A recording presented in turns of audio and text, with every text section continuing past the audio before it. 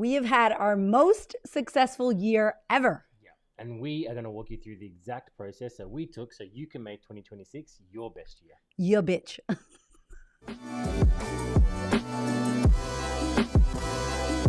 Welcome back to the podcast, my love. I am joined by my one and only co-host. Yes. Mi chocolate. Anyway, we are super excited because this is our annual Goals and Intentions podcast. Give me some, Mr. Kramer.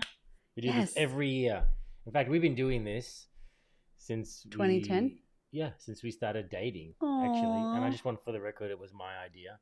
Was it? Yeah, No, it was. I don't think so. No, it definitely was. Nah. It was what I used to do all the time. Did you? Yep. And then I brought it. I was a hot mess. I introduced it to you, and then you've stolen it like most of my work. Am I not a good wife if I don't steal all my husband's stuff? That's true. So we have done this for, I don't know, since 2010. And every year we have documented our process. We have learned things from different mentors. We've gotten things from our life, our experiences, things that worked, things that didn't. And we've really mastered this process. And now we create this workbook every year. So before we even start, if you want to grab the free link to the workbook, it's in the show notes or in the description below. If you're watching on YouTube, hello, leave a comment if you're watching on YouTube, please, because we don't know if y'all are watching. The podcast is now on YouTube. If you're listening to this, get your ass over to YouTube and you can see my gorgeous husband and his swollen arms from his workout. So yeah, he's getting juiced up for today. So we're really excited because obviously 2025 has been a massive year. Yeah, from what we've been hearing from everybody, it was a big year. Hell yeah. And I think it was, there was lots of great achievements for many people, but it seemed to have coincided with a lot of challenges as well. So it's been one of those years I think that's taken a lot from people, whether it was striving or just surviving, I think. I think we did both this year. Yeah, but at least strived and survived. Yeah, it was a big year. And I feel like I said to a lot of people that I feel like 2025 was kind of what 2021 was supposed to be. Like post-COVID, regular, normal year. I feel like we lost, for me personally, I feel like we lost 3 years after COVID. Like 21 was like still COVID, 22 was like financial, 23 was financial. 24, I feel like was kind of a good year, but I don't agree that it's the COVID stuff anymore. Really? Yeah. Why do you think 25 went so hard then? I think what's really shifted. I think Tell me. I think we're in the new era of AI. I think AI has been the big shift because if you really think about it, I think that's I'm not saying that COVID and those years haven't had an impact on people. I'm sure there is from from where they are in terms of positioning, from a mental health perspective, from financial, well-being, financial. Yes, definitely has. But I think the critical thing that 2025 has now shoved us into or moved us into is AI. And I think AI is really changing the way that we work. Yeah. And I think maybe for some of us, I know for us being in business, that has really, shifted the way that we work. Substantially. Yeah. And look, I think 2025 it came in this year. Yeah. So. Well, Nina was on mat leave. And Nina was on having a baby. Then she came back and was like, what the hell happened? And I'm like, don't worry. It's like the world. We made you a GPT. I know, it changed. And I think maybe that's made some industries different. Maybe they're working more efficiently. More hectic. Maybe some are not as stable as what they used to be. Yeah. And so maybe people maybe it's unsettled people in some way, and maybe it's made people more entrepreneurial. There's new opportunities as well that obviously come with new technology, and so it'll be interesting to see what the next couple of years are like. But I feel like it's an AI shift. Okay. If of many things, but I think that's been like people are working differently now. Yeah, and I think there was a big shift in content this year. Like social media changed a lot. And I think that people, what we used to do doesn't work anymore. And maybe due to AI, people are going faster. Our dopamine levels are higher. Our attention span got shorter, and different platforms blew up. Like, I feel like TikTok has always been a thing, but now a lot of TikTok moved into Instagram. Things shifted on Instagram a lot. Instagram is a totally different platform. And so there's been a lot of like catching up and having to do more. I just feel like we did way more than ever this year. For us, I said to Hamish, this is the year I worked the hardest.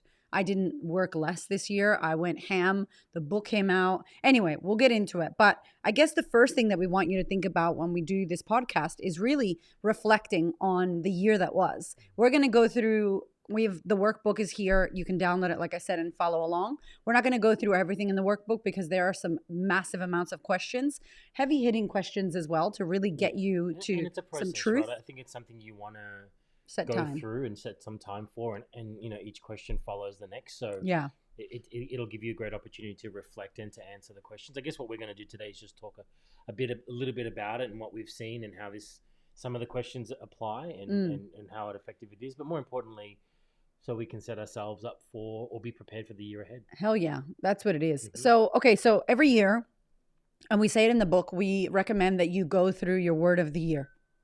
What is that thing? You got to shut that off. People gonna think it's my e-toll. That's Hamish's technology watch. Someone messaged me the other day. They were like, I'm listening to your podcast from 2019 and I can hear your e-tag beeping in the background. I feel like I'm talking to my friend on Bluetooth. And I'm like, yes. All my car podcasts. E-tag is like a toll away for those. Yeah, it's a toll. It's like I never paid it because we didn't have any money, so it would just be like beep beep beep, like pay your bill, bitch. And so thank you to all of y'all who love the car podcast. We should definitely bring them back. So what we do is we really look at the word of the year, and so I want to remind you, Hamish, in 2025, I remember it was December, and we were at the Voco, some hotel in Melbourne, and we were doing our end of year, and you were exhausted, and I was being an annoying coach wife. Yep. And I'm like, come on, let's recap the year. And Hamish came up with a word. And I was like, okay, that word feels like a word for me. And I may have stolen that as well, but it was really for you. So do you remember what your words of 25 were? Yeah, there's two words actually, wasn't it? Mm-hmm. It was audacity, or being audacious. And it was excellence. Oh, and I was very excited about audacious. I was like, oh, I like that word. Like I need more of that. But I did maybe steal that word. You probably didn't need more. I probably didn't. Yeah. What did you mean about audacious and excellence? Well, and was it for you or for us as a business? I think it was for me personally because I guess audacious came from the fact of us traveling to America. We did that in 24. Wanted to do that. We did that in 24. Yeah. And I think that showed me how much we could do. Right? Yeah. And I think when we were booking our trip or booking our flights to America, I was really it was nerve wracking. I was like, first of all, it's a financial commitment to spend. And for those that know, the Australian dollar is not as great in the US. So it's a big expense to go to America. Yeah. We were taking our kids traveling for the first time. I know. You hadn't been back in a 10 decade. Years, yeah. We were going back to see your mum. So there was a lot. There was a lot on it. And it was a big commitment, and we did it, and we were successful, and it wasn't without its challenges, but we did it. So challenging. And so then I think I came back for 25, and I wanted to be more audacious in doing things like that, being more adventurous. And as soon as January hit of this year, we booked our trip to America again. We were scared, but not as bad. But not as scared, and I wanted to take more risk and be more audacious. I can tend to, I'm a big thinker, so I like to think through and process through things. And I think when it comes to big decision, I'll often brood on it for a long period of time before making the right decision. And I think I wanted to add a bit more spontaneity to my life and to me. And so being audacious meant, yep, it makes sense. Let's just do it. And so we did. We went to America again. We went to Puerto Rico. Yeah, hold on, wait. So yes, that was audacious. And what was excellence about? And excellence was in my work. I wanted to be the best that we could be in all areas of our lives. And for those that don't know as well, like my background is in operations and running businesses. And I think for a long time, I was just doing a lot of things to support and help Erica in the business, but not really, I felt, defining my role and trying to be the best that I could be. I was helping a bit with operations, but not trying to make the operations the best they could be, if that makes sense, or the systems. Yeah. And I really wanted this year to be about me really kind of stepping up and really being that role, being excellent in that role. And I guess for me as well, it was an opportunity to really consolidate what I was doing, because I was doing a little bit of spiritual work, a bit of shamanic work. For those that know, I was doing a bit of men's coaching. I was doing some breath work. I was helping business you in coaching. The business. I was doing business coaching. It was a lot. I kind of needed to, and the advice we often give to our clients, and I give, is like, you can't do everything. And I noticed myself kind of splitting myself across many things. And I think it was like consolidating all of that and then focusing on one thing and being the best that I could be at that thing. And that's where excellence came from. Good old excellence. And what about you? What was your word for the week? Erica, For the week? For the year? My word for the week is tired. Just kidding. My word for the year. So I also copied Hamish and wanted 2 words. This is a common theme. I was like, I want 2 words. I never always think about 1 word. And I'm like, why? Why do you have 1? Can I have 2? Let's go. So my 2 words were arrive, because I wanted to arrive in the US. I feel like last year when we went, I was very scared because my mom was unwell. My husband died. I had sexual abuse. I was kind of running away from the United States. And then I came to Australia, met Hamish, saved my life, did all my work. So Australia has become kind of like my safety zone. And that means a lot to my nervous system, and it means a lot to me. And so I didn't want to ever go back to the bad place, air quotes, right? America was the bad place where all the bad things happen. And so I was scared. So when we had to go in 24 and I had to take my babies, remember, I was freaking out. I was just like so scared. We hadn't traveled with them to America. Like went to Thailand and, shit like that, smaller places. But we'd never been to the United States with them. And so I was really like, so I think when no one died or got trafficked or got mugged or got killed or got kidnapped and everybody came back with all their limbs, right? I was like, oh, I could go there. We could go there. We need to be back. We actually enjoyed it. We enjoyed it. And we were like, after the mom drama and my toothache, we enjoyed it. And we were like, shit. And so like my purpose for going back home to my people back in America and speaking to our clients, and we have so many clients. We love you, America. All of our beautiful clients that live there all over the world. But the United States for us is really like, I want to go back there and do my work there. And so we knew that there was work to be done there, but I had to heal all my shit. So 2025 came around and my book was coming out, Becoming Magnetic. Order it at ericakramer.com. Just kidding. You can head to Amazon and order it. But the book was coming out in Australia in January. And then in America, it was coming out in May. So I said to Hamish, I want to do a book launch in America. I want to arrive. Like, I want to arrive there. I want to arrive there and I want to amplify here. Like, I want to amplify what I'm doing and I want to arrive in places I haven't yet been to. So we ended up going 9 cities that we hadn't been to. We went to Puerto Rico, went to all these places. And I feel like I fucking arrived. And then I feel like we amplified the fuck out of everything in the business this year. So the words were for the business, which was mistake number 1. There was no words for me personally, but anyway, I amplified everything. So those are my 2 words.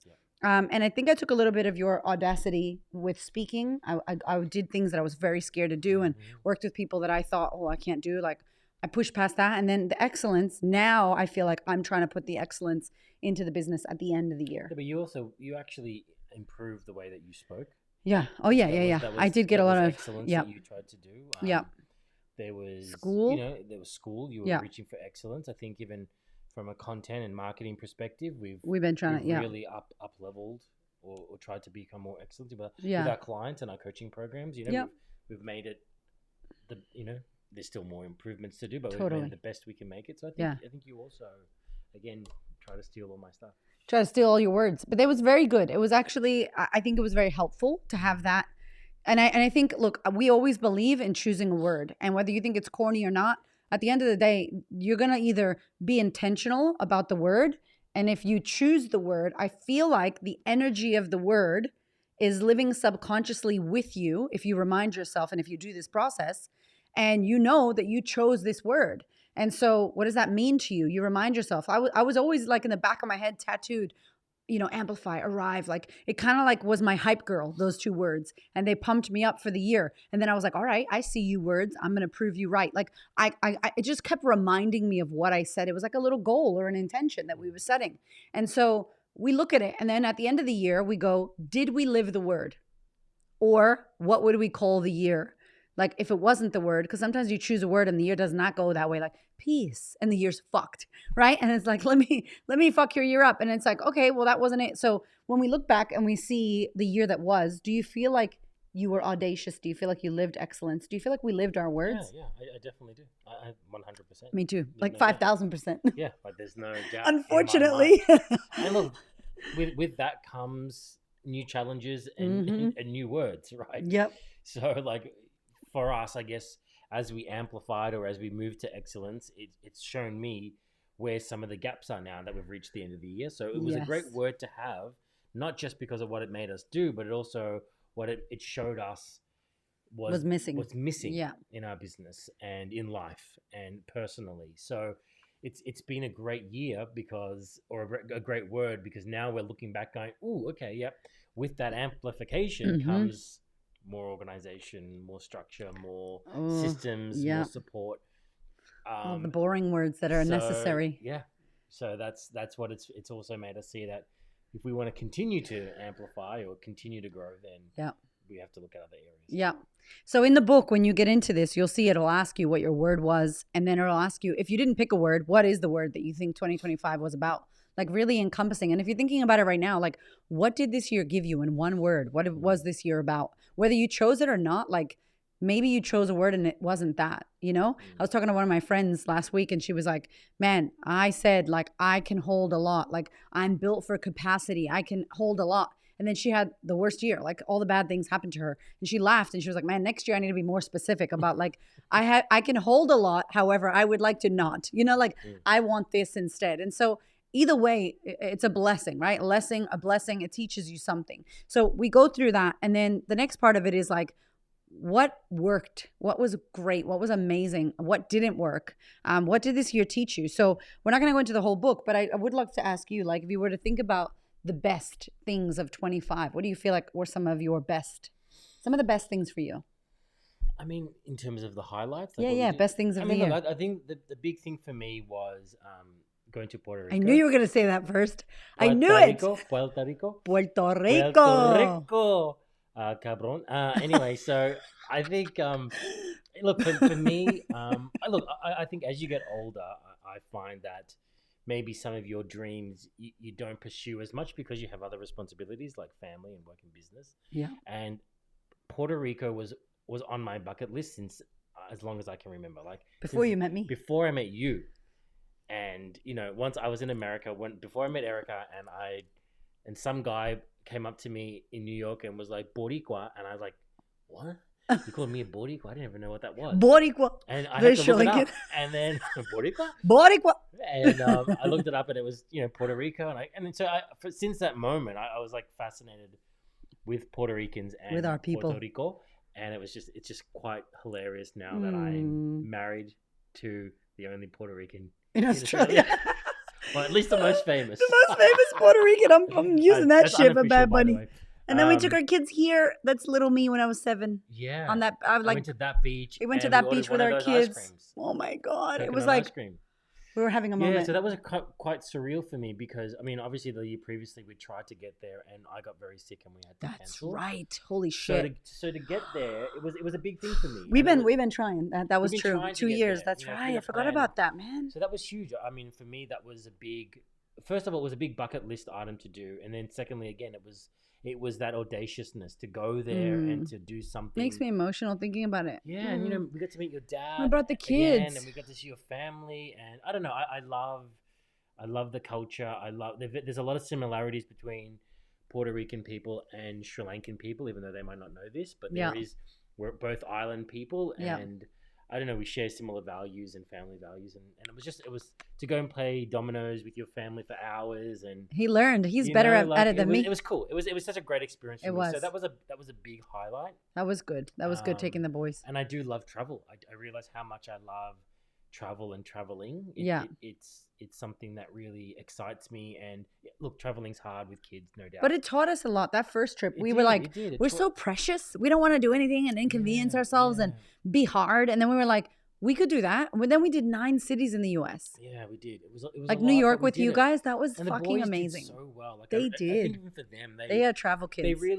They really stepped up and were easy to manage. And, with their 5 a.m. flights. Yeah, we had horrible flights, and they just they just put up with it. They didn't complain too much. It was kind of good. That was my fault. So for me, Puerto Rico and going back to America was like an awesome part of last year. What about you? Big wins. I would say all of us doing 9 cities across the U.S. Like the book tour was my favorite. Like I think all the book touring was great. But America book tour was my favorite because again, like I got to meet you. Like those of you that listen to my podcast who live in Chicago, who live in San Antonio, like shout out to the ladies from San Antonio that drove to Dallas. 8 hours they drove to give me gifts and listen. Like people were tripping. I was a hot mess and I learned, I'm not there yet, but I will tell you the lesson. I learned that I struggle to receive And I knew this, you knew this about me. Like, I'm happy to give you all my soul and love you up. But then when you say to me, Erica, your podcast changed my life, or thank you, or you gift me, or all of you are at an event and you're like giving me my flowers, I lose it. I couldn't hold it. And I was just like, fuck, I really am struggling to receive the love of the audience that I give so much to. And I couldn't fathom, like, some people, remember that chick that drove from New York to Boston? Wow. To come to the book signing in Boston. She drove from New York. And I was like, girl, we were in New York. Why don't you come to New York? She's like, oh, I couldn't make it, so I wanted to meet you. And she drove like to Boston. It's like 4.5 hours at night, and then was driving back home. And then the girls that drove from fucking Phoenix, Arizona, Nereida and Angie and her sister Lily, and they drove from Phoenix to LA. That's like 8 hours. And then they drove back with our book, like sending us a video. And I was bawling my eyes out. And our kids were at every book tour. Puerto Rico was sold out. I don't even know anybody in Puerto Rico besides my family. Like, I don't know. Like, and I did it in Spanish, right? It was like just being able to meet the audience that we connect with. Here, you want some water? Yeah. Being able to meet the people that we love and we show up for. And like those of you that listen to the podcast or follow on YouTube, if I ever have a chance to meet you, I am a fangirl. Like, I cry. He sees me. He's like, you're so funny. I just cry. Like, I'm obsessed with my audience. And I think it's fucking amazing to meet people in real life. Yeah. Plus for us though, like, we would spend a majority of the year here, right? Like producing content, coming up with ideas, what our clients need, you know, obviously showing up on Instagram, on YouTube. Like we're producing things. Yeah. And so we don't always get to be out there with the people as much as we'd love to be, or it's almost like you forget, you know, we produce so many podcasts each week. You often forget that it's going out there into the ether and that someone's listening to it. Yeah. And it's impacting them. And it's not until we have an event or, you know, we're out in the public that we get to see the impact that they have. So it's quite a lot. It was huge. Great. It was really beautiful. And like all the cities I'd never been to, like Chi-Town. Now I have people in Chicago, like New York, like Brooklyn was we had this old white man, and it matters, okay? My husband's brown. I'm a Latina. Like, we're in Brooklyn. We don't know how it's going to be. Our kids, one of my kids is brown with curly hair, and they look Latin. They look Latin or Sri Lankan, right? Mixed. And this white man, super white guy, walked by and he was like, wow, you guys are a beautiful family. And he was older, right? He was like 65. And he was like, you guys are a beautiful family. Do you want me to take a photo of you guys? Because I think we were trying to take a photo and we're like, and Hamish was just like, what?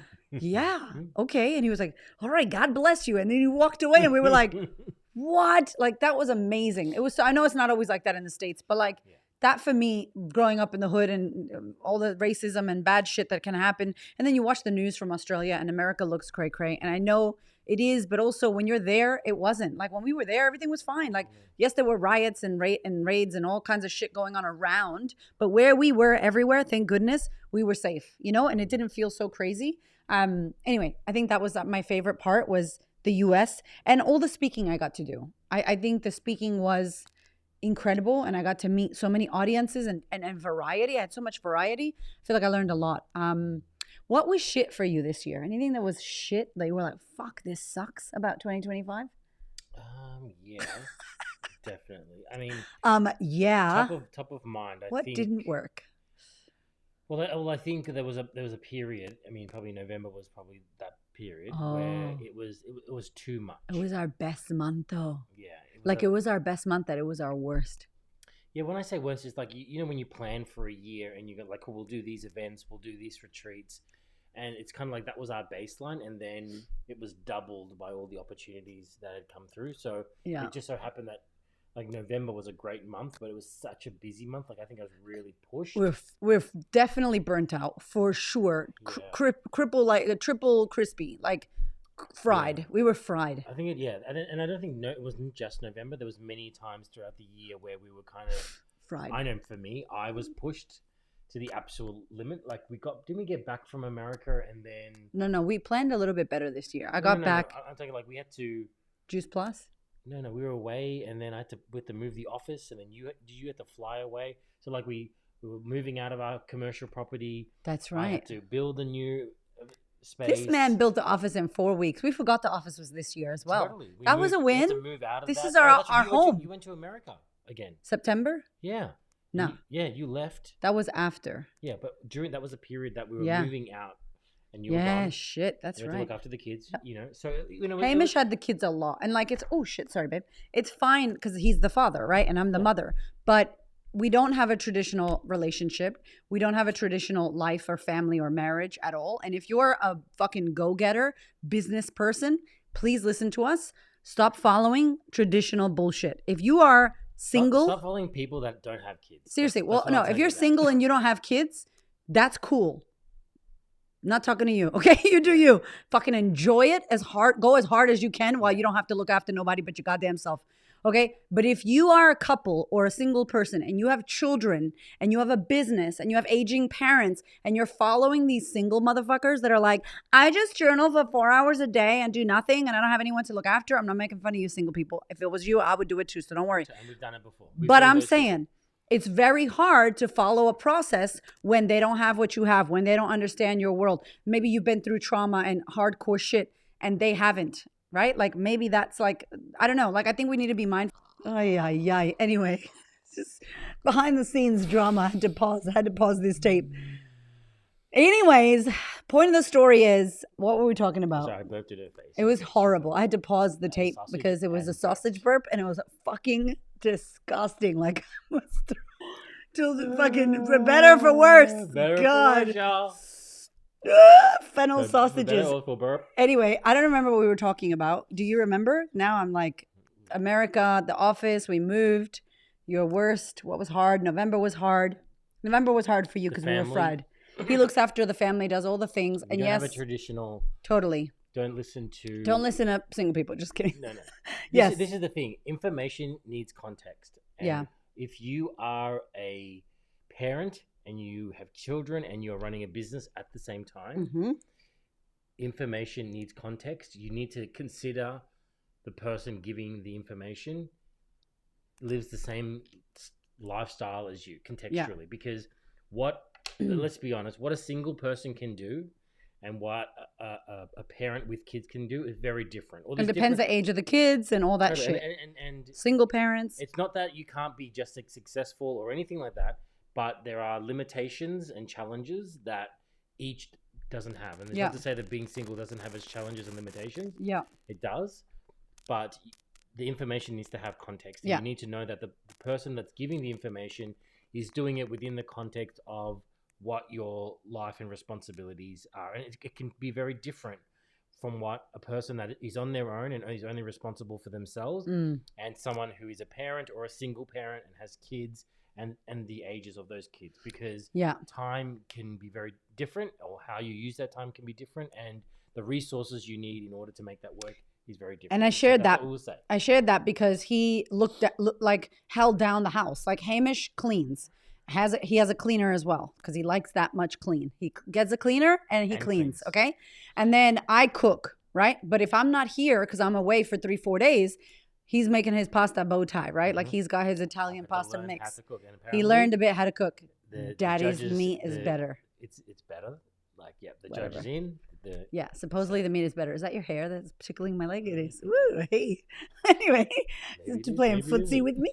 What the fuck? Is that a cockroach? This shit will be over. End of fucking podcast if it's a cockroach. Dead.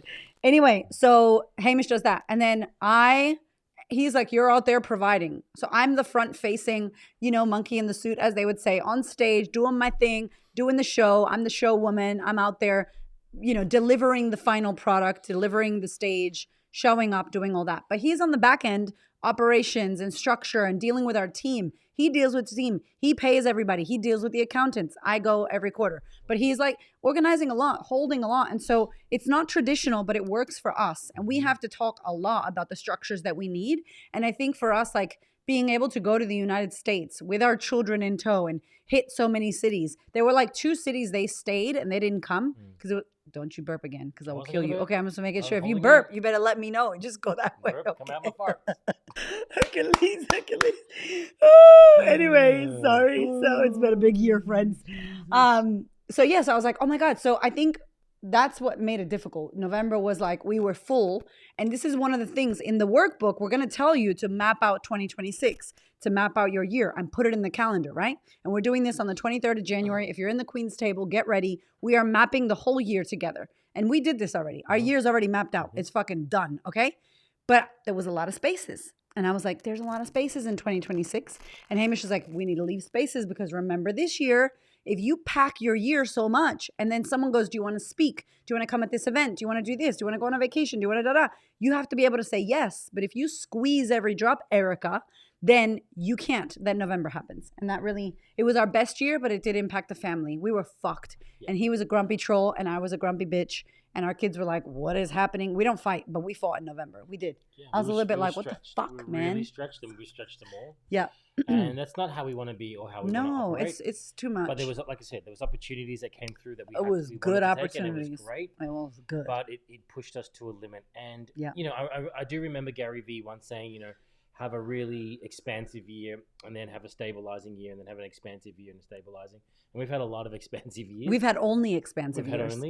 And so I think we're definitely due for a stabilization year. And that's not to say that we're not going to still do big things and be audacious and go out there. But it does mean that we are going to take into account the impact that will have on our family, as a team and as a family, and make sure that we think through the processes a little bit more fully so that we can make sure that we are better prepared. And we've planned better.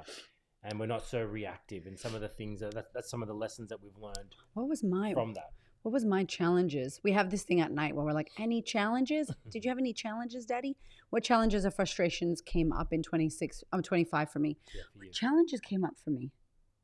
I feel like health is always a challenge for me. And it shows itself at the end of the year when I stop.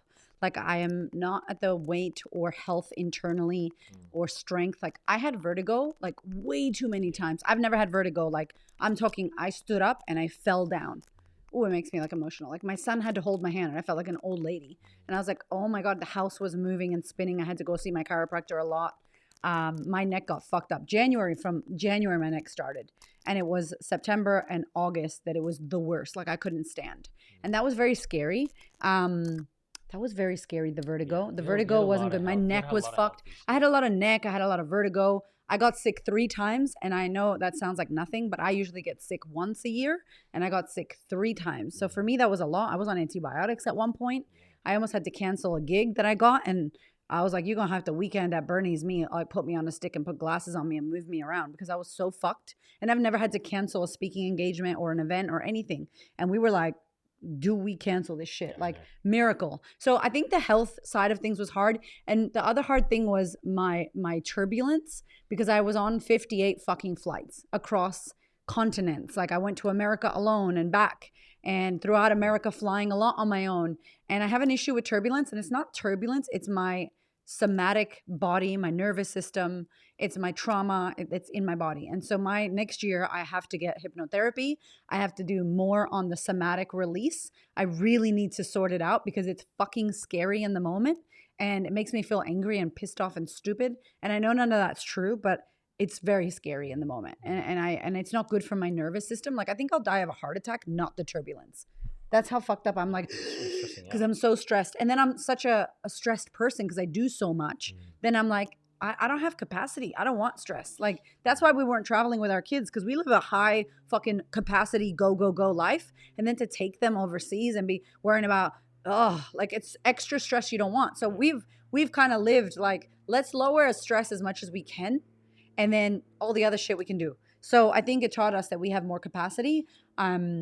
And I'm proud that I flew by myself to the States. Obviously, I'm a grown-ass woman, but with someone that has a fear of turbulence, I was proud of myself. So I think that was it. The year felt fun. I loved this year. It almost killed me, but I fucking loved it.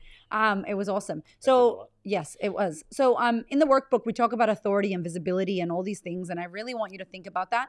There's a real beautiful section around the best of 2025 and then the things that you don't want to do anymore. And I think when we did this with our Queen's Table women, we really ask them for truth. One of the things that I think we struggle with is being honest with ourselves because we want to be seen as like, I don't want you to think I'm a hot mess. I don't want you to think that I don't know what I'm doing. But guess what? Sometimes I am a fucking hot mess. And sometimes we don't know what we're doing. And sometimes we stress about financial shit. And sometimes we feel like the worst fucking parents. And sometimes I don't, feel amazing and confident and awesome. And, magnetic. Like I doubted myself so much with my Deloitte thing. I was like, oh my God, can I do this? Big company. Only to stress myself so much that I did such a good fucking job that it was 10 out of 10 feedback. They were like, you were the best speaker we've ever had.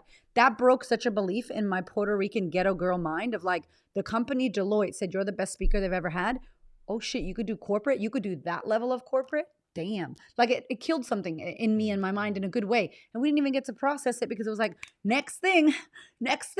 So I feel like it's really important to comb through and be honest. And we went away last weekend. We did our goals and intentions, what we're telling you to do.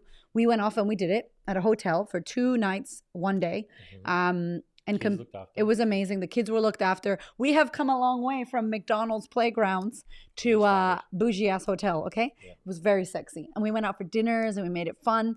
And every year I always like bust my husband's balls. I'm like, all right, what were your highlights of the year? What were your biggest lessons? What was the biggest lesson? Blah, blah, blah, blah. And he's like, babe, I love you.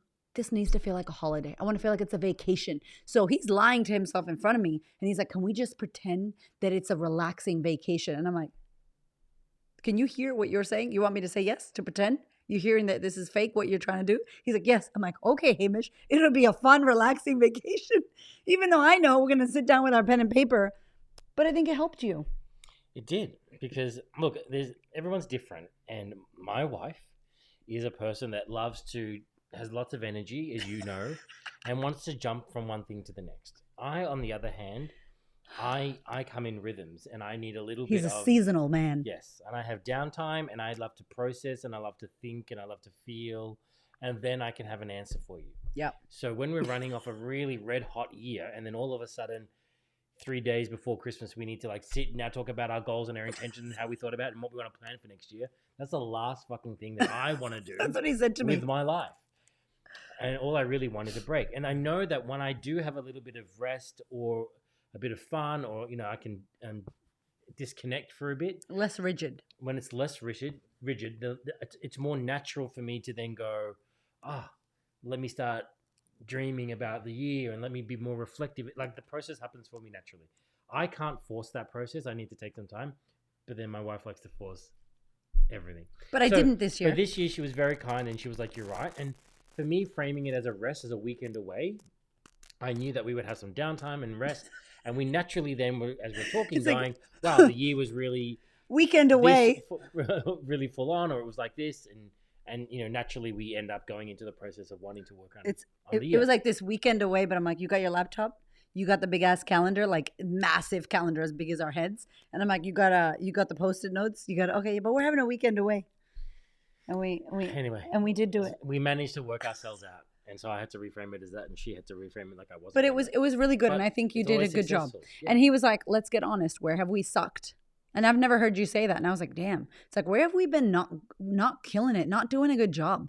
And that's what we're talking about. When you sit down, it's not like, I'm so great. This year was amazing. Everything was perfect. Like, stop lying to yourself. Yeah. You fucked some shit up. I fucked up with my body and my health and my wellness and my internal stuff. And that was honest. It was truthful. He, again, was like, man, I didn't get to play the guitar. I didn't get to learn Spanish. Well, what we're trying to look for, what I tried to look for this year was like, what's our patterns? Yeah. And this is what we're hoping you will get out of this workbook more than anything, is like start to identify what keeps happening over and over and over again, right? Like what keeps showing up maybe year after year after year for you. And I think a lot of us spend too much time with our attention out there in the world, and there's plenty of things to be distracted about. And we don't spend enough time contemplating or reviewing ourselves or reviewing our own behaviors or reviewing the patterns. Like if you're finding yourself in the same financial position or in the same career position, or even if your business is stagnant or it's in the same place, then there's something that you're doing over and over again, which is keeping you there. And I wanted this session to be about, okay, yes, we've had some great years. We've been really successful. We're happy. But there's some really key areas that we've sucked in, and I want to focus on those. I want to focus on what didn't work or what pattern keeps happening. And as Erica mentioned, one of my goals for me each year has always been spend more time playing the guitar, spend more time reading books, spend more time, music or doing capoeira, like fun stuff, like personal stuff for me. And it always becomes a secondary thing, or I might start the year off really, really well, and then it pretty much dies and it's business. And what I realized was that as much as we love our work and love our business, it can be all encompassing, and it tends to bleed into other areas of life. All areas. All areas. Like it'll bleed into our family and family time and making dinner and keeping a clean house, as you know. Yep.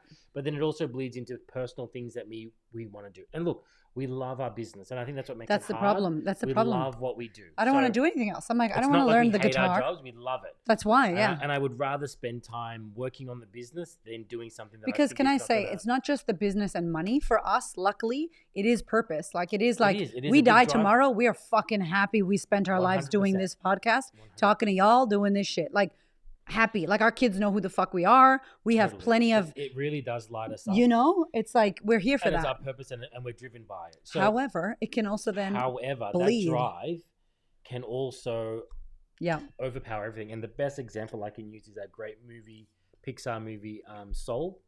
Oh, you know? Soul. So if you haven't seen it, go see a movie. It's on Disney Soul. Plus. It's on Disney, and I won't take away from it, but basically it's a jazz player.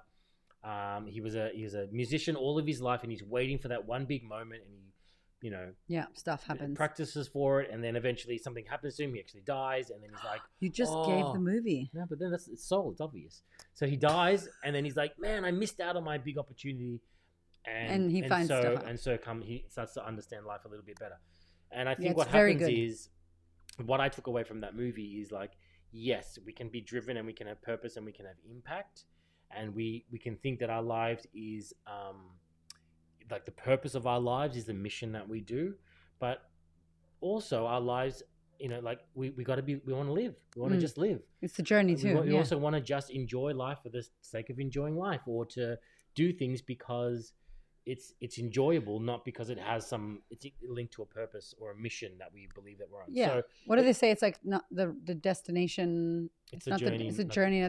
Like don't forget to have fun along the way. Totally. Not waiting to have fun when you air quotes get there.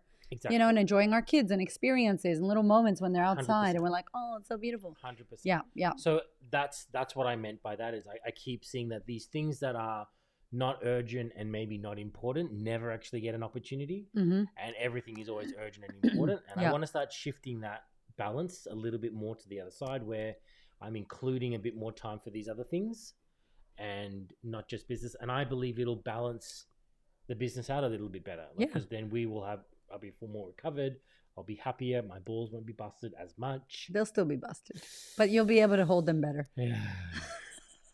I'll always bust your balls. I love you. And the crazy thing is, like, side note, we work together. We live together. We have kids together. We do everything together. This man is with me all the time. And we are one of those couples that we can work in each other's pockets. We can be with each other. We can brainstorm. We actually spend so much time together, and it works for us. We love it.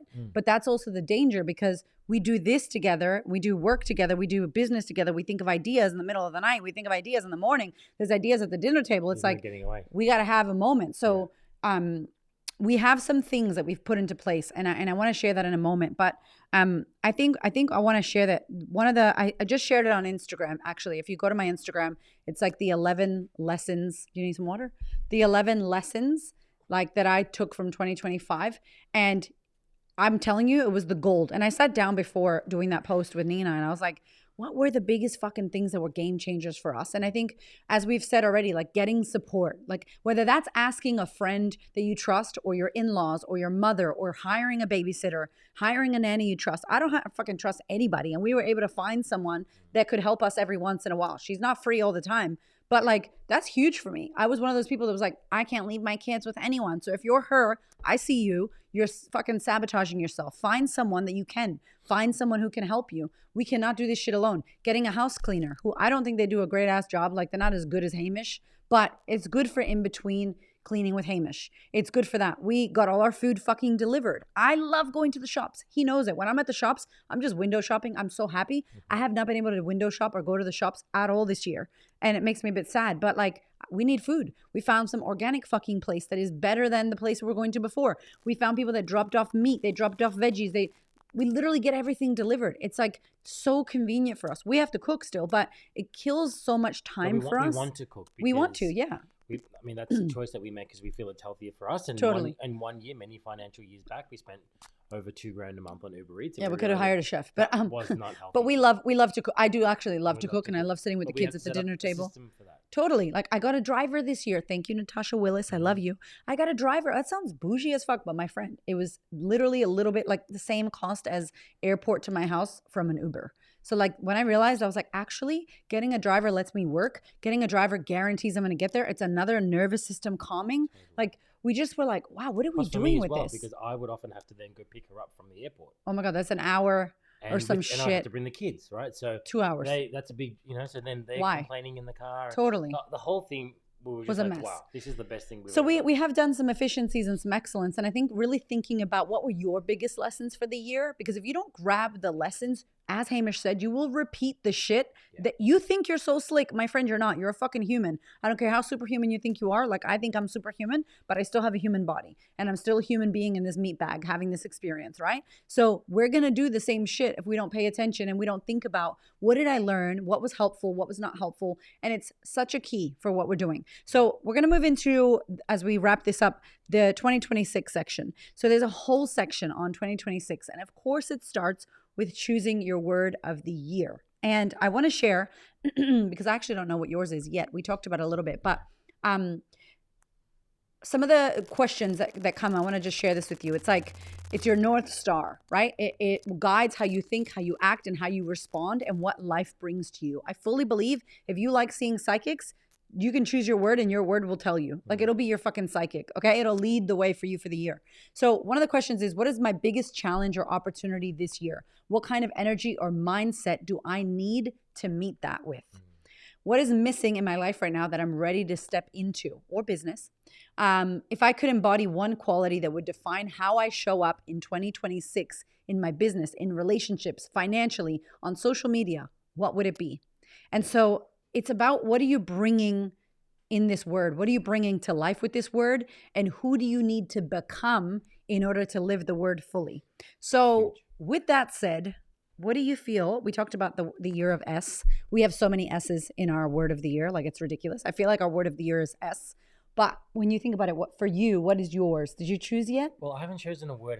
I mean, I was hovering around kind of the words of like stabilization, but that's not the word I want. And it just came to me then. I don't know. This is unofficial. So this is exclusive. You get bill. I feel exclusive. Like it's like grounded. Oh. And the reason why grounded is because the ground is stable, but the ground also has deep roots. And I really feel like this year will be about deepening those roots and stabilizing that structure for the business, for myself personally. Grounded. So I feel like grounded, and I'm a grounded person, but I've probably been less grounded than I have over the last couple of years, and I'm not sure why. Actually, I don't know what is disconnecting me from. I love you, but I think grounded is going to be my word, and I think it's coming back to how you used to be before you met me. Before I met Erica, yeah, that's right. R.I.P. 2009. Yeah, it's going to be the 2000s back again. Back in 2009 when I was listening to Boys to Men. Seriously. Boys to Men. BBT. Anyway, sorry. You were grounded. Okay. Right now, but anyway, but grounded is my word. And I'm going to really go into that energy of being grounded in what we do, and not that chaotic. Basically the opposite of Erica. Yeah, pretty much. Basically. Okay. Grounded. I like it. I think mine, I hate it. So first of all, I hate the word, and it's my least favorite word ever any year that I've chosen. And I have chosen it. He's not giving it to me. I'm actively choosing it. Structure is my word. Structure. How depressing. But I think it's a good structure. Word for you to work I do. with. I need structure. I want structure everywhere. It's not just like my business needs structure. I need structure in my calendar and in my schedule. That happened this year. You helped me. Hamish basically runs my calendar. So if you ever email me or text me and say, can you speak? Can you get on my podcast? Can I get on yours? All that shit. Don't ask me. Don't fucking email me. How about that? Because I can't even check my emails. There's too many. So Hamish came in and structured the schedule and helped me. And we redid the schedule, which is amazing for 2026. We did. so good, thoughtful of my placement for uni and my university shit. So like structure in my schedule from day to day, like what I'm doing, when I'm working out, when I'm eating, literally like fasting, like structure in my business. I want structure in my programs, more structure with like systems that we're teaching our clients, more structure with our content, more structure with our team. Like I just need structure with my exercise, with my food, with everything. And I think it's going to give me freedom, which sounds weird, but I feel like when it's so structured, I'll be able to move about and know what's happening and be organized. And as somebody who 100% has ADHD triple fucking D, I don't even need to get diagnosed. It's my superpower, but it can also fuck with me. Like Christmas Eve, trying to cook for a bunch of people, I could feel the ADHD. It was like, I'm cutting this, and then I'm over here going, I should put the placemat. And then I was like, oh my God, bitch. Focus on one fucking, I could see myself. I actually didn't tell you this, but I like zoomed out of my body and watched myself be like, I'm over here. Now I'm going to cut the cookies. And then I'm like, you're not doing anything. Calm the fuck down. Finish doing the fucking table. Finish it. The table's done. Move on to the next thing. But I was so stressed with the time, chasing my tail, worried about people coming, and then something's in the oven. It was the worst. It was the worst. Yeah. And I needed structure. And this is the thing as well. I think we've talked about this before, but the difference with Erica as well is she is the type of person that will get it done. I'm a monster, beast. No matter what it is, she'll get it done. The cost though, to my detriment. It's to a detriment because it costs a lot. But make no mistake, if there's something that she wants, she will get it, and she will get it done. Do this shit, right? The dangers of that is that it always ends up falling on her shoulders, or it makes sense, right? Like why would she trust anybody else, or why would she leave it to anybody else when she'll do a great job and she can guarantee that it'll get it done, right? Yeah. So, and I think for a lot of us, when we're maybe starting a business or we're in a crisis, that energy is amazing, right? it'll get you out of a bad situation. Basically, always in a crisis. You take responsibility, you take actions, and you get shit done. Yeah. The problem with continuing to do that forever is that you actually cut yourself off. You can't grow or expand any bigger, and you burn out. You burn out. You can't trust anybody to do anything, and so we're going to go through this year of structure so that we can free up Erica and free up other parts of the business and myself, so that we can have the freedom to go to another level, to expand, to do more, to be more. Yeah. But we can't do that if the responsibilities always come back on totally. top of us, right? So it's not sexy, but I think even Hamish, we had a big chat and he was like, I think no new things next year. And he said this probably halfway into the year, wasn't towards the end. He was like, I think 26 needs to be a stabilization year. Actually, you said that. So it's literally the year of S. Systems, structure, stabilizations, support, sales, speaking, and sex. Ooh, okay. Yeah. Added that one in. Is that make it fun for you? Much fun. Yay. So let's just pretend. She started with that. So let's sex, we're having sex. And sex. Now it's all about stabilization. We're going to systemize our sex. That's a good idea, actually. So that's the year. And it feels like it's not sexy. It's not fun. It's like unsexy. But I did that podcast recently, the unsexy things. I build my personal brand. Usually it's not sexy stuff. But we can't grow further and do the big stuff that we want to do without having things systemized. Plus, and me not doing it. It's the opposite of your personality. So totally. you're taking on a word that is not sexy for me. Not sexy for you. Sorry, right? And I think if you're a extrovert, introvert? Yeah, if you're an extrovert, you're more likely to have extroverted words. And maybe if you're an introverted, maybe you want a bit more, like I can get too grounded, obviously. And for a while there, I was too grounded, too calm, too peaceful. And so the working on myself was to do things now you're Puerto Rican. Would push myself outside of my comfort zone. Now, don't fuck with Hamish. I got to pull that back a little bit. He's right? Boricua. I need some balance. I need some stabilization. And now you need to pull back a little bit. Isn't that funny? We're kind of swapping. I'm kind of taking a bit of you. He's taking quite a bit of me. I've kind of ran the ship of what we should be doing and going, the visionary side of things for a very long time. Yeah. And I think we needed to do it. But I was a little bit sad. I'm not going to lie. I was like, oh no, like I'm going to hate next year. It's going to be boring. Like I'm not leveling up and I'm supposed to level up and blah, blah, blah. But then I was kind of like, actually, Brooke Castillo used to talk about that. Oh, yeah. Like a year where you make a lot of money and then a year where you invest all that money back into the business. Yeah, yeah. And then a year where we want to make a fuckload of money next year.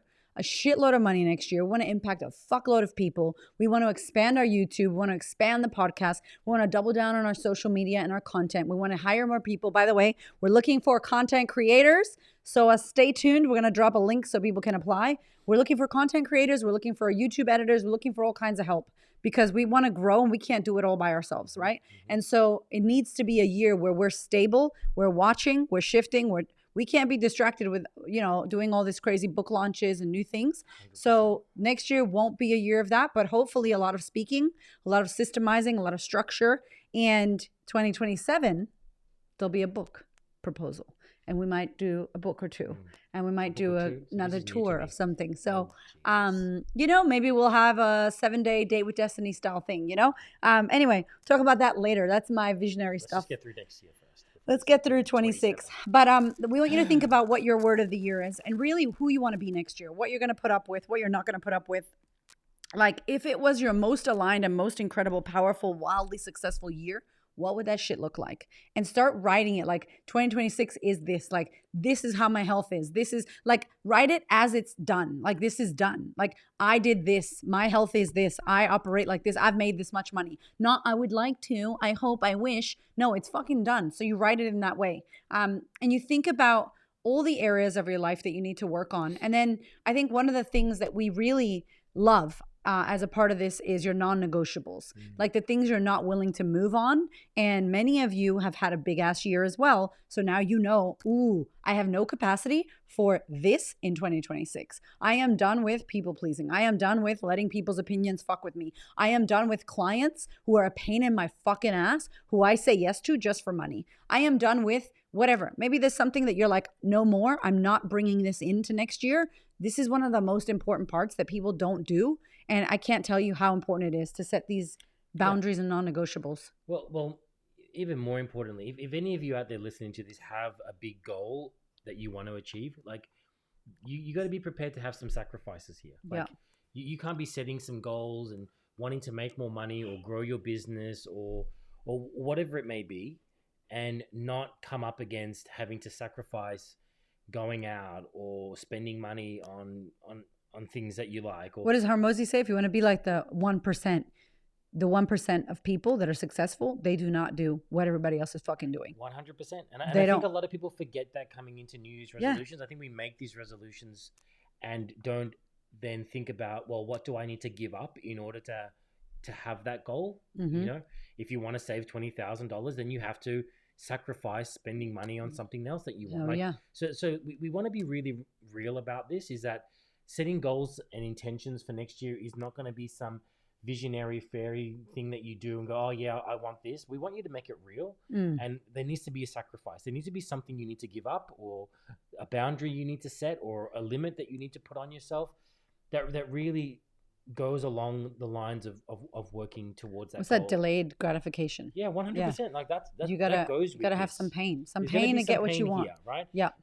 And like we've said to many of our clients, and has been said to us, you will either pay for the suffering now with what you have to do to get this goal, or you're going to pay in the future because you don't have this goal. So if it's money and you want to earn more money, then there's some sacrifices you're going to have to make this year in order to do that. And if you don't, then you're going to be sacrificed the next few years of not having that money, or the next decade of not having the money that you want because you didn't do it. You didn't do the sacrifices now. So I'd rather have pleasure, pain now and sacrifice in the moment than suffering in the future. Yeah. So that's my little big thank you, Mr. Kramer. And there's a whole section on values. And if you've been listening to our podcast, we did a podcast the first year of the business called, what is it called? Something about values. Do your values, or do you know your values? And it's literally our process for values, which is a very in-depth process. It's in the workbook as well, because we need to remind you that you are this person. You value these things. So the person that you are, the identity that you create for yourself,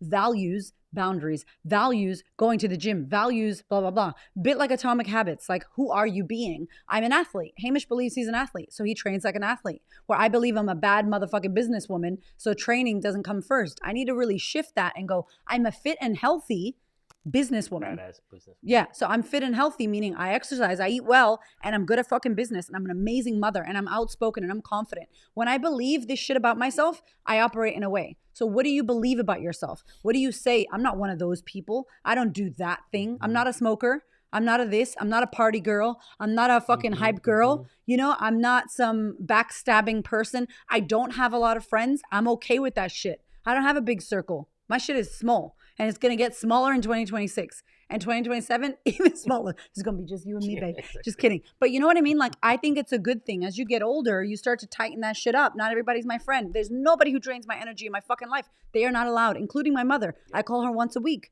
And maybe I'll call her less next year. I don't know. But like, I'm losing that care for what they think because I know who I am. And the identity that I'm stepping into has things that she does and doesn't do. So you have to start thinking about your values and who you are being and what you desire, what's important to you, how you honor those values. And lastly, there's a whole section on goal setting. After all this, yes, set goals. But until you do all that shit, we don't ask you to set goals, because goals without the intention, without the recapping, without the honesty and the truth and the non-negotiables and the fucking intentionality that's required is just a bunch of smoke up your ass that you blow. Okay? We don't want to be doing that. And then we ask you to calendarize everything, right? Lastly, the bucket list. I think it's really, really, really important. I added a few extra things this year because I wanted to. So we need to think about the boldest dream that you're afraid to admit that you want next year. What is the bold thing? Like, what is that shit that you want next year? Like, bold, and you're scared and you're like, I don't want to say it. Like, I didn't want to say TEDx. And you guys know, if you read my first book, I was like, I can't do a TEDx. I literally wanted it so bad that I was like, I can't do it. I was actively pushing it away. What are you pushing away? What big thing? Is it an amount of money? Is it a love? Is it a relationship? Some of you single mofos out there, I know you want love. Stop playing. What is something outrageous that would blow my own mind in 2026? Something outrageous. Like, I think the America tour blew our fucking minds. The Deloitte thing for me, the road show last minute, blew my fucking mind. The amount of money we can make blew our fucking mind. The amount of women who applied for Queen's Table this year fucking blew my mind. I was like, damn, this shit has gone off. And I'm so proud of us about that. What is the version of success that you tell no one about? And if failure wasn't a possibility, what would you attempt?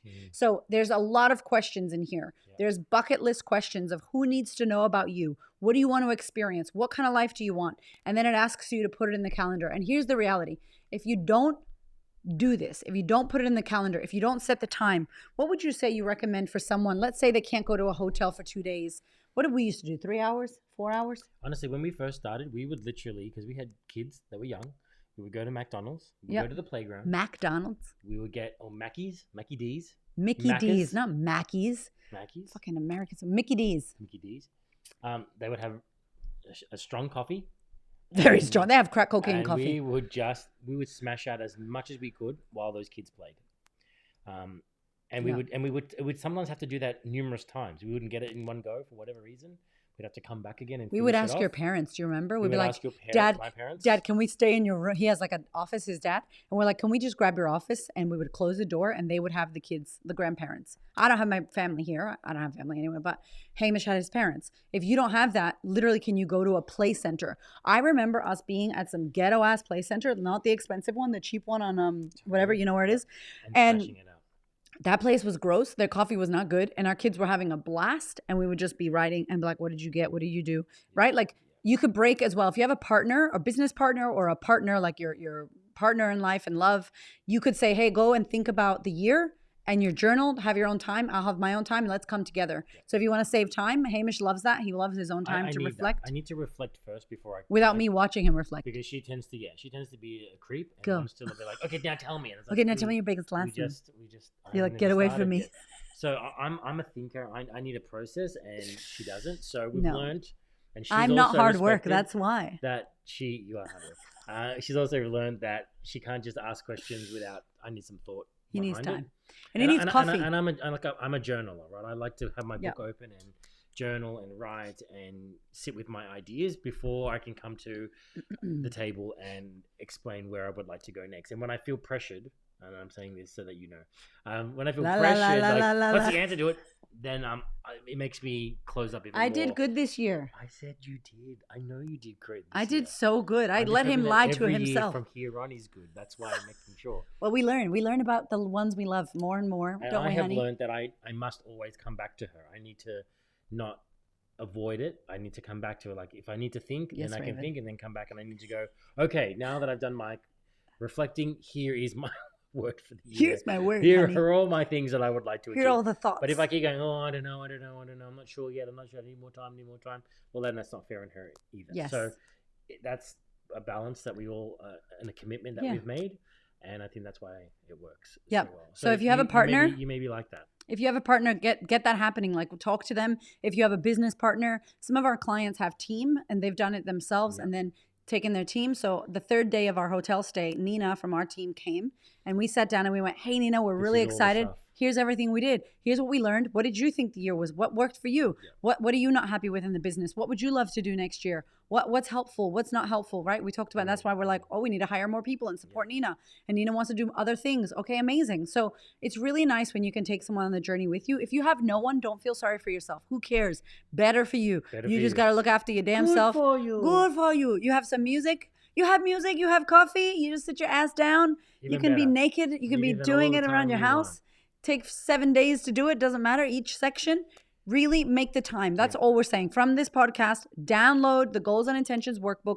It's fucking huge. It's free $99 for you. Every year we make it free. And when I tell you thousands of people download this, it's our fucking, it's our number one download. If you don't want to click the link in the show notes, or you can DM me on Instagram, 2026. And if you by mistake write 2026 on any of my posts, it's going to send you some chatbot shit.